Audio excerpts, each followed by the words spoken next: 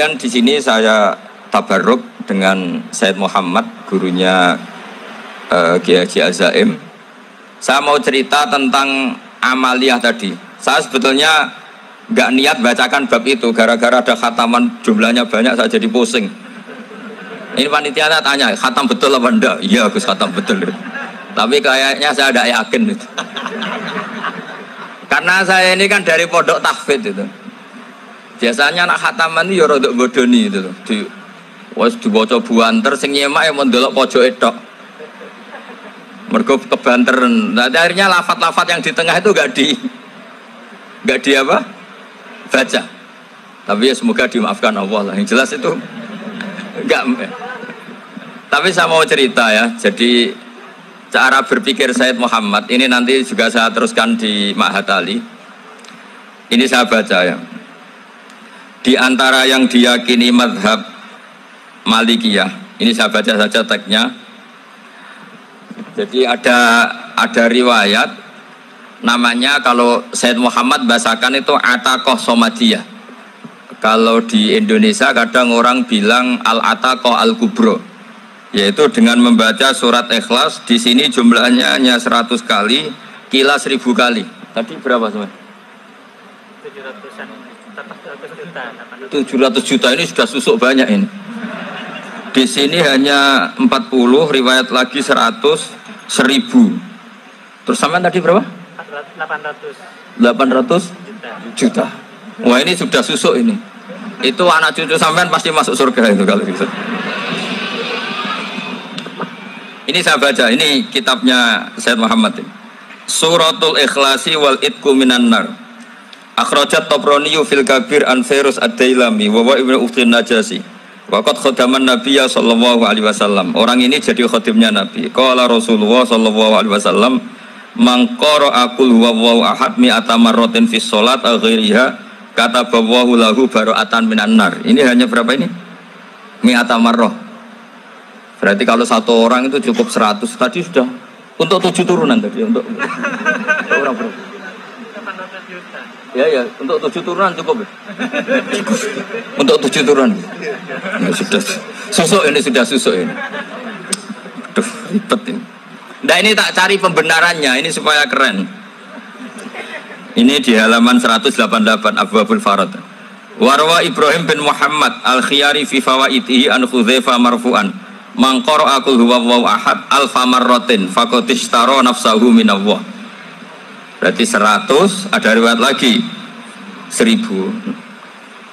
Nanti tak carikan lagi yang berapa? 1 miliar mungkin. Jangan dengar banyak-banyak. Nah, ini saya baca ya. Wa hadzal adatu huwa al-ma'rufu bi ataqatis somadiyah. Wa qad nassa jama'atun mutaakhiril malikiyah ala istihbabi ataqatis somadiyah. Wa haddu ala qiraatiha wa istimaliha. Minhum Asy-Syaikh Abdus Salam Al-Asmar saat terus ini. Jadi kullu haula'i istahabbu ataqatas somadiyah ma'atirafi ba'dihim kal misnawi bisyiddati fi hadisiha. I'timadan ala anna hadza minal fadha'il allati yutasahalu fiha. Faman sa'a yasta'milaha roja'a khusula ma fiha fala ba'sa bidzalik ala syarti alla ya'taqida thubuta dzalika anin nabi sallallahu alaihi wasallam hatta la yaqa fil kitsbi alaihi. Jadi intinya itu silahkan Anda bikin jumlah sesuai versi Anda. Yang penting Anda jangan kampanye kalau itu perintah Kanjeng Nabi Muhammad sallallahu alaihi wasallam. Karena kalau kamu atasnamakan Nabi kemudian jumlahnya sampai 800 berapa? 800 juta, berarti Nabi mengajarkan masyaqqah pada umatnya.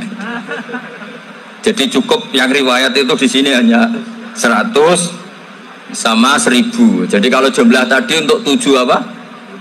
Turunan. Jadi kamu harus ditutup dengan doa, ya Allah, semua itu bukan untuk saya tapi untuk 7 turunan. Tolong catat ya Allah. Karena itu. Jadi artinya gini loh ya, orang Indonesia yang sering mempraktekkan ataqoh somadiyah itu bukan tanpa dalil. Ternyata dalam madzhab Maliki, saya masih ingat ketika mbah saya kandung, bapaknya bapak, asmane Mbah Nur Syam, itu wasiatnya minta dibacakan 4000. Yang baca pas itu ya bapak sama anak-anaknya. Dan kemudian alhamdulillah zaman akhir itu mulai agak ngawur. Kalau ada acara itu wong liya kon maca anake mlebu metu gak melok maca. Itu keliru, saya jamin itu keliru. Saya sering kalau mimpin di rumah, kalau yasinan di tonggo-tonggo kok anaknya gak maca saya keluar. Bapakmu wong liya kon maca kata saya gitu. Jadi itu menurut saya itu yang jelas saya sampai ngisi begini. Yang ada riwayatnya itu idza mata ibnu adam min qata amaluhu illa min salasin shadaqatin jariyah au ilmin yuntafa'u bi aw waladin sholihin yatullah. Itu tidak ada di hadis au kiyayin sholihin yatullah kata. Yang ada itu awaladin apa? Sholihin. Jadi anaknya harus ikut, kalau tidak ada usaha kata. Akhirnya anaknya udah tinggi Gus nggih. Akhirnya tak kei jagung paling akeh kula mendet sithik. Wong aku ora anake kok. Kadang-kadang enggak, orang lain baca buahnya anaknya mau melebu metu mau enggak no tamu mbek rokokan. Itu harus ditobatkan itu. Keliru itu. Karena nasnya bukan auqiyayin sholihin tapi awaladin sholihin. Ini bukan provokator, ini memang ya seperti itu. Nah, terus tentang tadi la ilaha illallah yang didhawuhkan Gus Azaim. La ilaha illallah itu penting sekali, cuma saya mohon itu dielmoni lah. Jadi dulu kalimat ini menjadi spesial karena dielmoni, karena dimulai dari fa'lam annahu la ilaha illallah. Terusannya ayat tuh wastaghfir li dzambika walil mu'minina wal mu'minat. Saya ulang lagi ya. Terusannya ayat tuh wastaghfir li dzambika walil mu'minina wal mu'minat. Makanya menurut mazhab Sadili, kamu disuruh baca la ilaha illallah dulu, jangan istighfar dulu. Saya ulang lagi ya. Dalam mazhab Sadiliyah itu la ilaha illallah dulu, nggak boleh istighfar dulu. Alasannya masuk akal. Orang yang kafir 70 tahun itu sekali baca la ilaha illallah itu langsung yughfar lahum ma qad salaf. Sehingga la ilaha illallah sendiri sudah punya kekuatan supaya dosa kita diampuni. Qul lil ladzina kafaru iyantahu yughfar lahum ma qad salaf. Cara menghentikan kekafiran gimana? Dia melafadzkan la ilaha illallah. Ini kalimat yang begitu saktinya sampai orang yang kafir puluhan tahun itu dosanya semuanya terhapus hanya karena melafadzkan la ilaha illallah. Nah, makanya kata Abdul Hasan As-Sadili wastaghfir li dzambika ay bihadil kalimah. Seseorang sah diistighfar itu kalau melafadzkan la ilaha illallah. Misalnya ada orang kafir mati kafir, sah enggak anak cucunya mengistighfari dia? Tidak sah karena belum melafadzkan la ilaha illallah. Makanya kata Abu Hasan As-Sadili wastaghfir li dzambika ay bihadil kalimah. Sehingga lafadz ini spesial betul. Tapi kadang-kadang beberapa mursyid cara berpikir lain. Ini kalimat thayyibah harus dibaca orang suci, sehingga mendahulukan apa? Istighfar. Untuk supaya pas melafadzkan kalimat thayyibah sudah dalam keadaan apa? Suci. Itu juga masuk akal. Tapi secara meyakinkan saya sendiri lebih mengikuti manhajnya Abil Hasan As-Sadili karena alasannya tadi yang kafir puluhan tahun saja langsung luntur dosanya karena melafadzkan la ilaha illallah. Artinya la ilaha illallah sendiri sudah bagian dari istighfar.